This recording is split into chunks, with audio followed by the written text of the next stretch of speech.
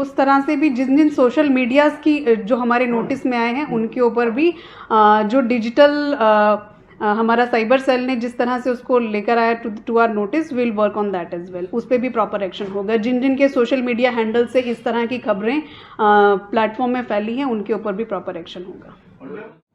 नमस्कार, मैं हूं प्रभाकर मणि तिवारी। आप देख रहे हैं मेरा खास कार्यक्रम पॉलिटिक्स विद प्रभाकर। आपने लव जिहाद समेत अनेकों जिहाद के बारे में पहले कभी न कभी सुना होगा। इनमें सबसे मशहूर था लव जिहाद शब्द। लेकिन क्या आपने कभी फ्लड जिहाद या बाढ़ जिहाद के बारे में सुना है?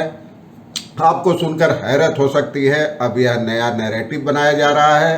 असम के सिलचर शहर में जो बीते 2 सप्ताह से डूबा है, बाढ़ आई है, बराक नदी का पानी भर गया है और मुख्यमंत्री समेत तमाम प्रशासनिक और पुलिस अधिकारियों ने कहा था कि यह बाढ़ मानव निर्मित है। कुछ लोगों ने तटबंध काट दिए थे जिसकी वजह से नदी का पानी शहर में घुस गया और पूरे शहर को उसने अपने चपेट में ले लिया।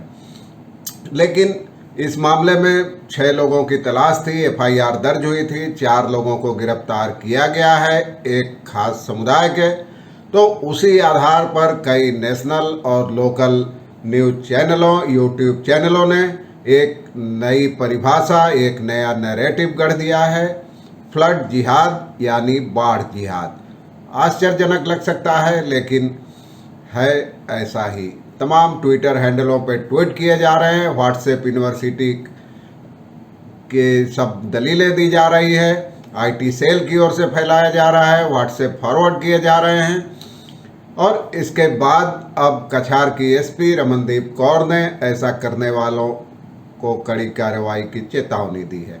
उन्होंने कहा है कि इससे सांप्रदायिक सद्भाव खतरे में पड़ सकता है और इससे यह सही नहीं है। तो ऐसी सब चीज़ें चल रही है। आज चर्चा करूंगा सिलचर की बाढ़ जिहाद वाले प्रसंग की, इस नैरेटिव की जो गढ़ने की कोशिश की जा रही है। देखिए आखिर तक चैनल। जैसे तो सब्सक्राइब करें, मित्रों परिजनों के साथ शेयर करें और घंटी का निशान दबाना भी मत भूलें। आपको दिखाऊंगा कछार की पुलिस अधीक्षक रमनदीप कौर ने क्या कहा और आगे बताऊंगा कि कैसे और क्यों ये नैरेटिव गढ़ा जा रहा है। एक आध ट्वीट भी दिखाऊंगा आपको।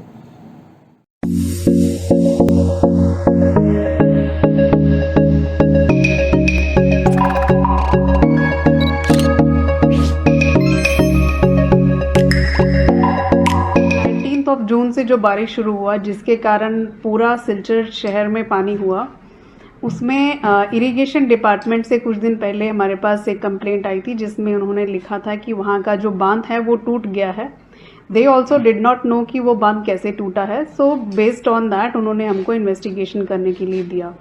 हमारी प्रिलिमिनरी इंक्वायरी में जब हमको पता चला कि इसमें कुछ लोग हैं जिन्होंने इसको बांध को तोड़ा है, तो उस इन्वेस्टिगेशन के ऊपर फाइनली हमने अभी तक 4 लोगों को एप्रीहेंड किया है। इसमें निश्चित ही कुछ और लोग भी जड़ित हैं जिनको आगे आने वाली इन्वेस्टिगेशन में, जिस तरह से इन्वेस्टिगेशन प्रोग्रेस करेगा, जो और लोग भी जड़ित हैं उनको भी एप्रीहेंड किया जाएगा। बट इसी बीच हमारे नोटिस में कुछ सोशल मीडिया पे, कुछ व्हाट्सएप ग्रुप्स पे, कुछ वेब पोर्टल्स पे और कुछ न्यूज़ चैनल्स पे भी, some of the local and some national channels पे भी कुछ इस तरह का न्यूज़ सामने आ रहा है जिसमें इसको अलग अलग नाम दिए जा रहे हैं, जिसमें इसको अलग अलग कॉनोटेशन दिया जा रहा है। तो उसमें मेरी तरफ से एक ही बात क्लियर है कि इसमें किसी भी तरह का कोई कम्युनल एंगल नहीं है। जिस तरह से इसको प्रोजेक्ट किया जा रहा है, सो मेरी अपील है to the various social medias, to the various channels कि काइंडली बिना फैक्ट्स के, बिना एविडेंस के र्यूमर्स को मत फैलाइएगा। This particular incident has no communal angle to it. It is purely a clear investigation जिसमें कुछ लोग जिस पीड़ित थे उन्होंने उस बांध को तोड़ा है, उन्होंने किस कारण से गवर्नमेंट प्रॉपर्टी का डिस्ट्रक्शन किया है, उनके ऊपर उसी उचित सेक्शन के आधार पे उन पे कार्रवाई होगी और उसी हिसाब से उनके ऊपर जो भी as per the existing law of the country जो भी पनिशमेंट होगी उनको उस हिसाब से मिलेगा। बट उसको अननेसेसरीली प्रोजेक्ट करके there are various words which are coming up like flood जिहाद। This is the word which we have never heard. So please do not get into these things. In this particular incident इसमें इस तरह से कुछ नहीं है। सिलचर एक peaceful जगह है, इसमें सब धर्मों के लोग बहुत सालों से, बहुत सदियों से एक साथ रह रहे हैं। इसमें इस तरह से कुछ नहीं है कि किसी एक पर्टिकुलर कम्युनिटी ने किसी दूसरी पर्टिकुलर कम्युनिटी में कोई डेलिबरेटली अटेम्प्ट करके किसी को नुकसान पहुंचाने की कोशिश की है। It is an act of God. It was the rainfall of this year was unprecedented. अगर बाढ़ बांध टूटने से आ भी गई तो भी हमारा सिलचर टाउन से पानी को निकलने में 15 दिन लग गए। दैट वॉज नॉट बिकॉज की बांध टूटा है, दैट वॉज बिकॉज की बारिश इतनी ज़्यादा हुई है। This is my also the appeal to the citizens of Silchar, जो सिलचर के निवासी हैं, जो कि इतने सालों से सिलचर में रह रहे हैं, जिन्होंने अपने जीवन काल में इस तरह का कभी बाढ़ नहीं देखा है। उनको खुद भी पता है कि इतनी बारिश शायद सिलचर में पहले कभी नहीं भी हुई थी। अगर पानी सिलचर शहर में एंटर भी किया है तो सिलचर शहर से पानी को निकलने में भी बहुत दिन लगे हैं। उसका कारण है कि बराक नदी का लेवल कम नहीं हो रहा था इतने दिनों तक। सो ऑलरेडी एक विपदा हमारे ऊपर आन पड़ी है। ऑलरेडी इतने दिन तक शहर फ्लड्स में जूझा है, लोगों का बहुत नुकसान हुआ है पहले ही। तो इसको और ना बढ़ाया जाए और शांति को बनाए रखा जाए। आपने सुना कछार के पुलिस अधीक्षक रमनदीप कौर को। अब आपको मैं दिखाता हूं स्क्रीन पर एक व्हाट्सएप फॉरवर्ड जिसमें लिखा है कि असम के सिलचर की 85% हिंदुओं की आबादी को मारने के लिए काबुल खान, मिठू हुसैन लश्कर, नाजिर हुसैन लश्कर और रिपुन खान ने रची एक भयानक साजिश। असम के कछार जिले में बराक नदी के बांध को ही तोड़ दिया और पूरे इलाके में जल विनाश कर दिया। नीचे हैशटैग बाढ़ जिहाद लिखा है और यह भेजा है धीरज मल्लिक नाम के एक व्यक्ति ने। इसी के बाद तमाम जगह यह नैरेटिव चलने लगा तो पुलिस को चेतावनी देनी पड़ी, कार्रवाई की, सख्त कार्रवाई की चेतावनी देनी पड़ी। हालांकि इसके बाद जो दलीलें दी जा रही है इसके विपक्ष में, उसमें कहा जा रहा है, इसे हास्यास्पद बताया जा रहा है। उसमें कहा जा रहा है कि अच्छा ये समझिए कितनी बेतुकी दलील है, व्हाट्सएप फॉरवर्ड कितना बेतुका है कि बेथू कांडी में बांध के इस पार तो मुस्लिम समुदाय के लोग भी रहते हैं और दरअसल ज़्यादातर मुस्लिम शहर के बांध के इस पार ही रहते हैं जहां तटबंध कटा है। और उसमें जब लिखा है कि अगर बाढ़ का पानी घुसा तो अगर 85% हिंदू मरेंगे तो क्या 15% मुसलमान और दूसरे तबके के लोग बाढ़ से बच जाएंगे। तो यह एक नैरेटिव बनाने का प्रयास हो रहा है।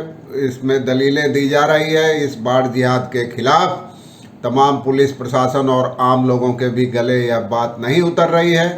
आम लोगों का कहना है कि बाढ़ के बृहत्तर कारण हैं, जैसे पेड़ों की बड़े पैमाने पर कटाई, पहाड़ों में मिट्टी खिसकने, नदियों की गहराई कम हो जाना और विकास के नाम पर पानी और सफाई, गाद की सफाई और जगह जगह मिट्टी भरना, ये सब चीज़ों इन पर ध्यान देने की बजाय एक नैरेटिव बनाकर लोगों का ध्यान बटाने की कोशिश की जा रही है। सांप्रदायिक आधार पर इसे बाढ़ जिहाद का नाम दिया जा रहा है और व्हाट्सएप यूनिवर्सिटी से धड़ाधड़ फॉरवर्ड किए जा रहे हैं। और आपने सुना उसने कछार के पुलिस अधीक्षक ने कहा कि यह बहुत दुर्भाग्यपूर्ण बात है कि कुछ लोगों को गिरफ्तार किया गया है, लेकिन मैं ये साफ कर देना चाहती हूँ कि कोई सांप्रदायिक एंगल नहीं है इस मामले में। किसी भी संप्रदाय के व्यक्ति ने जानबूझकर ऐसा करने की कोशिश नहीं की है कि ताकि सरकारी संपत्ति को नुकसान कर सांप्रदायिक सद्भाव को खत्म किया जा सके। जून में सिलचर में 930 मिलीमीटर बारिश हुई थी, जबकि औसत बारिश 490 मिलीमीटर होती है।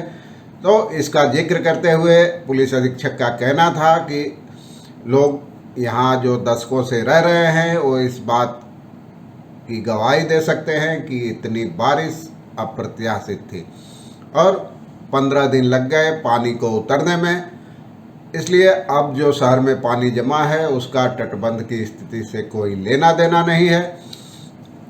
लेकिन उन्होंने कहा कि कुछ लोग जो फ्लड जिहाद के नाम पर उकसावा दे रहे हैं, सांप्रदायिक सद्भाव नष्ट करने की कोशिश कर रहे हैं, उनको किसी कीमत पर बर्दाश्त नहीं किया जाएगा। ऐसे लोगों, न्यूज़ चैनलों, मीडिया हाउसों के खिलाफ कड़ी कार्रवाई की जाएगी, क्योंकि यह बहुत खतरनाक बात है और सिलचर के नागरिक समाज के ताने बाने को छिन्न भिन्न करने की कोशिश है। उन्होंने मीडिया घरानों से भी ऐसे शब्दों का इस्तेमाल कर सिलचर की बाढ़ को सांप्रदायिक रंग देने से रुकने को कहा है, देने से अलग रहने को कहा है कि सांप्रदायिक रंग देने की कोशिश न की जाए। और आप जानते हैं सिलचर की बाढ़ कितनी भयावह थी। मैंने आपको कई रिपोर्ट्स दिखाई, वीडियोस दिखाई, आज भी थोड़ा वीडियो दिखाया आपको शुरुआत में मैंने। तो ये एक कहने का मतलब था इस रिपोर्ट का कि एक बाढ़ जिहाद का जो नया नैरेटिव गढ़ा जा रहा है, ये बेहद खतरनाक है और इसका नतीजा आने वाले दिनों में बेहद गंभीर हो सकता है अगर प्रशासन ऐसे तत्वों से कड़ाई से नहीं निपटता है। आज के लिए बस इतना ही। धन्यवाद, नमस्कार।